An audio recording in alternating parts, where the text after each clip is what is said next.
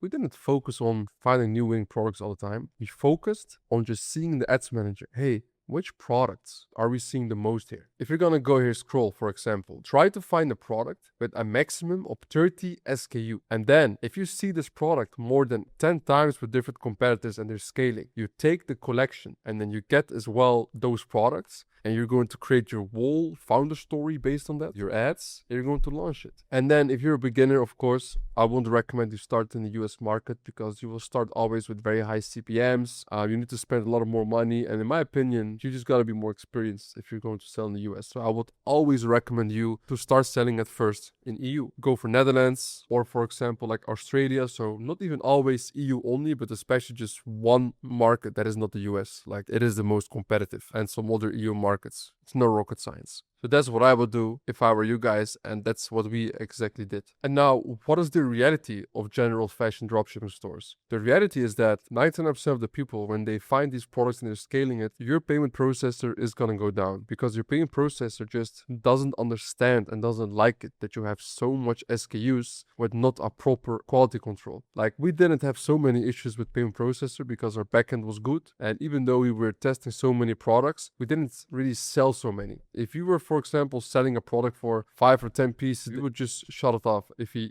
didn't really know how the quality was. And we also had a very good backend in place with, for example, Chargeback.io, Try Skill Chart, an amazing sizing chart app. And obviously our supplier, Astroship, check it out as well below here. It's also very good, helped us a lot. But the reality with general fashion is that there's way more inconsistency because anything can happen. But when you focus only on solely 20 or 30 products with low SKUs as well, then you will just find out yourself. There's way more consistency. You can focus selling on one ICP, one angle, and especially pick one that's very huge. And so, you know what, guys? I'm gonna be as well intersecting into a fashion store in here. What I will change if I were them in the best possible way for them to scale harder. I see a store here, it's called Figuraware. Now let's start here on the top. Figuraware. Now it's possible you can have a branded page with Figuraware, but if I were to have a fashion store, I would have as well one page with your ICP inside there. So for example, you can call it Jessica Van Moor, for example. And then you'll see a picture of, if this is Jessica Van Moor, a picture over here, because that's the ICP. Because why? If somebody's scrolling on their phone and they see that Jessica Van Moor, and then they will just think, oh, I'm just seeing a random post in here. But no, it's an underwear ad. So that's what I would test as well, because this is more of a direct ad. So if you go into the ads library, let's go in here. So they have 57 results, which is not really a good sign. And if you're going to sort as well by high impressions, you'll see that, yeah, it's not really